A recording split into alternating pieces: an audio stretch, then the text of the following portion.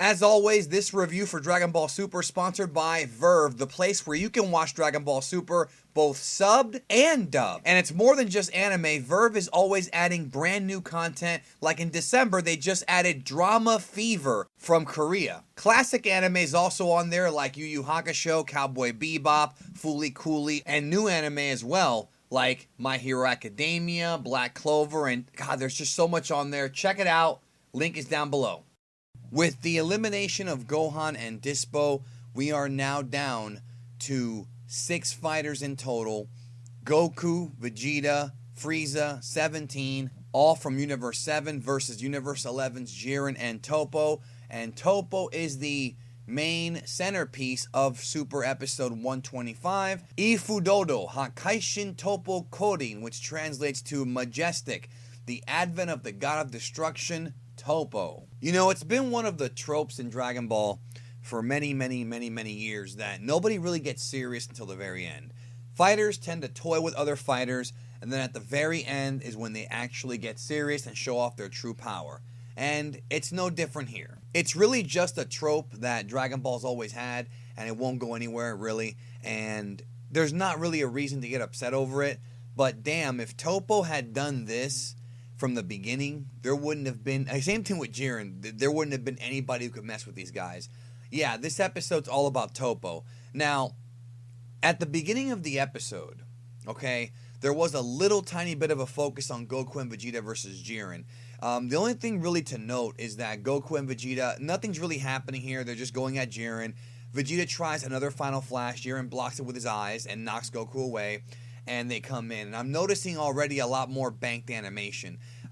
These episodes do tend to have a lot of reused animation, and it doesn't really bother me that much, but there were a lot of new things in this episode that I really liked, and we're going to get to that in a minute. The only real notable thing of the beginning part of the episode was that Beerus compliments Gohan, you know, and that was kind of a cool thing for that character.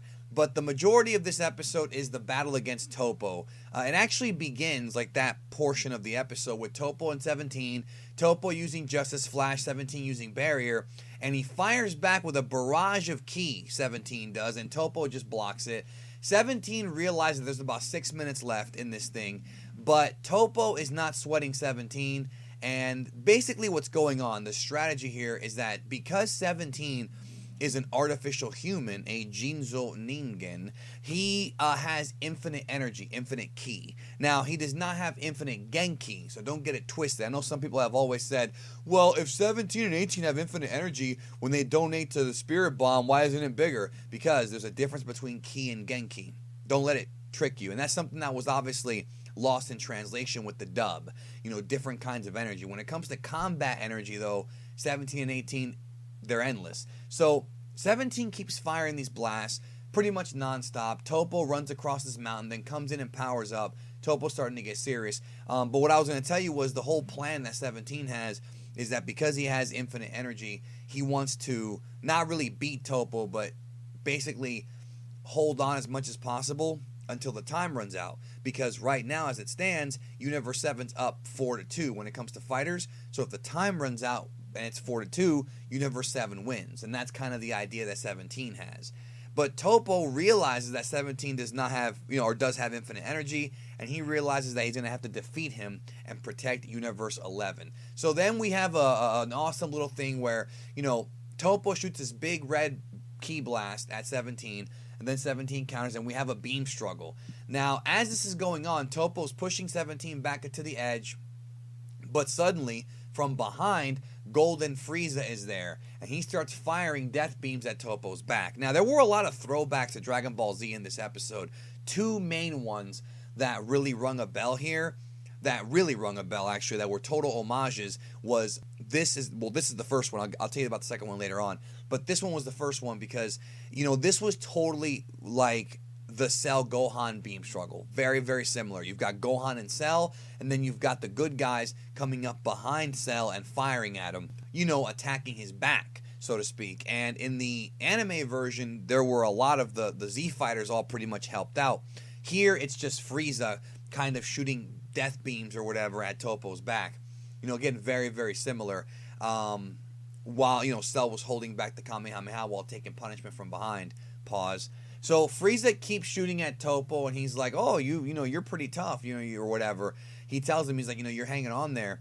Then Frieza prepares this bigger ki blast, a huger one, and he's like, "Sayonara!" Huge blast. Toppo is rocked from both directions because 17's blast also hits him, and Toppo is down. Now, the way this was written, it really felt like Toppo was the protagonist and 17 and Frieza were the antagonists, the villains. Like, the way this episode played out, if this is your first time watching Dragon Ball, like, let's say you're a new fan, you've never seen Dragon Ball before, and this is your first episode, you would think Toppo was the good guy. And what's ironic is that in every conceivable way that the series promoted him, Toppo is a good guy. And Frieza and 17 were villains. And in some ways, Frieza probably still is a villain. So I do find that interesting that even though it's not the case that we're supposed to be rooting for 17 and Frieza because they represent Universe 7, really, Toppo is the I don't want to say the villain, but the antagonist. But it was really built up. Like, this whole episode really sort of felt like episode 110, with Goku,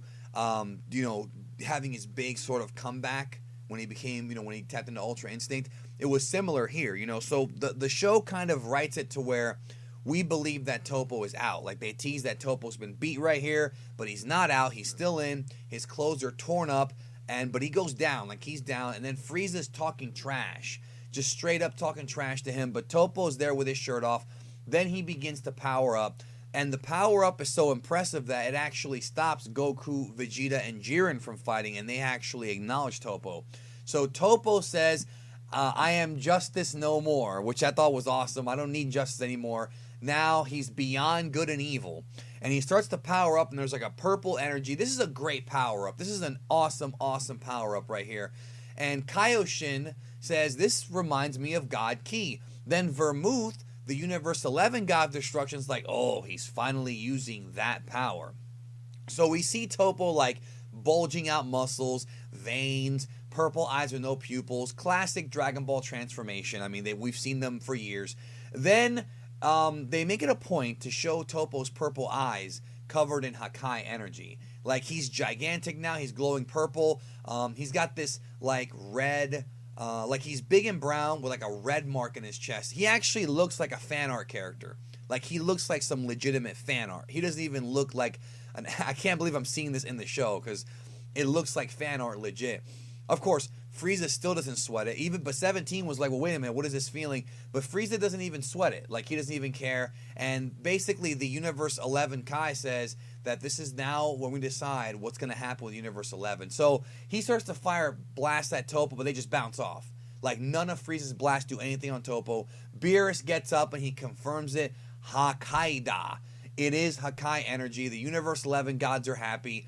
They talk about how this is a power only gods of destruction can use. Toppo is now the same as a god of destruction. This is the birth of the god of destruction, Toppo. So all that talk about Toppo becoming a god of destruction, that he was training to become one, this could be the finalization of that. Now, we don't know if he's going to replace Vermouth. I mean, obviously that's something that has to be squared away after the tournament is over with, right? Which whatever happens. But Toppo has not only knowledge, but the ability to tap into Hakai energy, beyond God Ki, the energy of a god of destruction. Now, from this point forward, they really built up Toppo as being the scariest man alive. Like, I would even say, based on feats, that I'm not saying he's stronger than Jiren, but the feats he did in this episode, I feel are more impressive than what we've seen from Jiren. I mean, this dude is an absolute monster. So he's so strong that his power... Okay, well, first of all, let's get to what happens with Frieza. So Toppo fires this big purple Hakai ball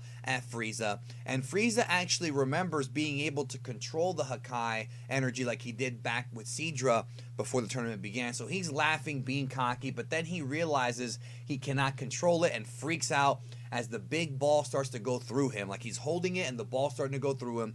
And this energy is so strong. This power literally cracks the ring. There is literally a crack in the middle of the ring, in the middle of the entire arena. It cracks, then it shatters. Toppo has broken the ring. This was an absolutely insane feat. Like, this episode had some crazy feats.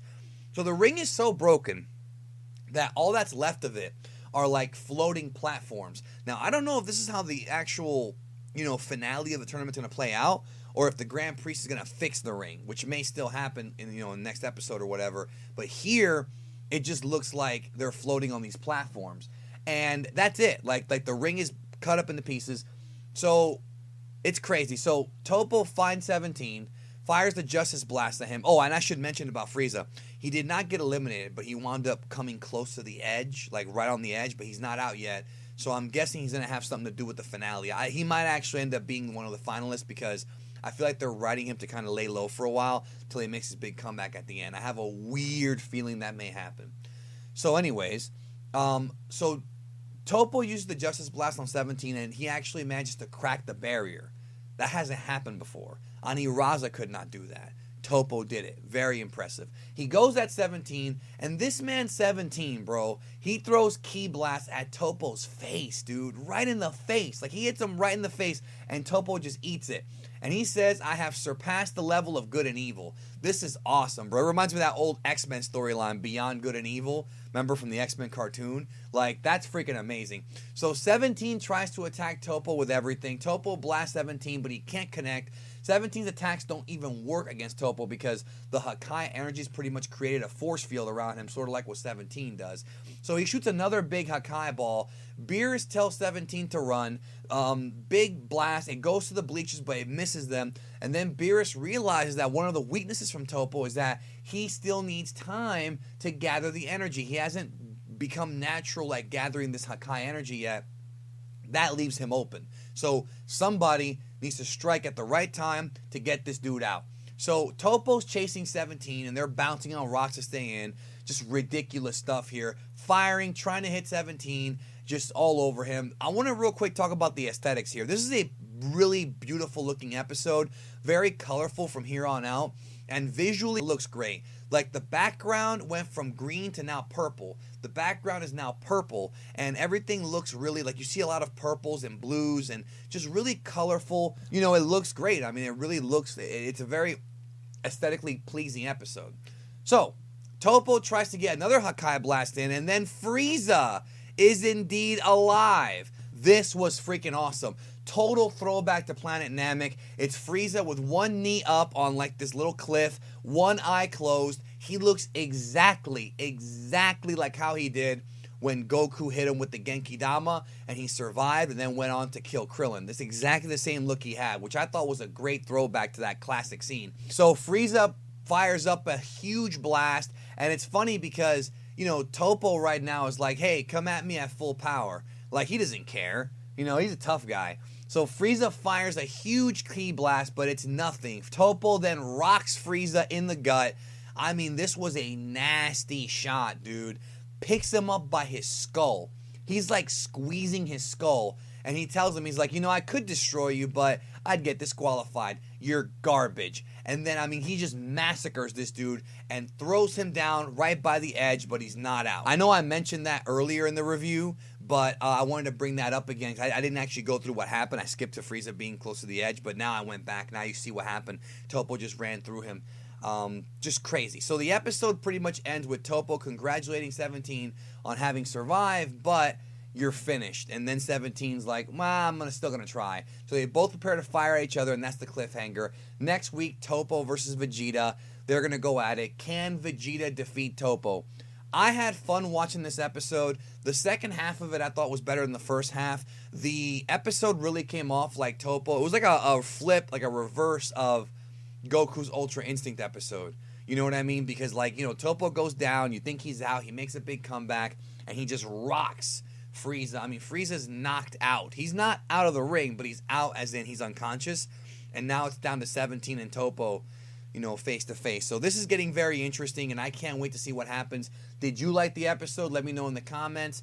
And I thought it was fun, and I love the colors, and I love how Toppo is really, really impressive, dude. This dude is going to be a tough guy to beat. We'll see how they beat him, but I did like it. Again, not the best episode, but I liked it. So, again, Verve sponsoring the Super Reviews. My Hero Academia. I'm going to start to watch this show on Verve. I'm going to start covering this show on Verve. Probably, most likely, if you guys like it.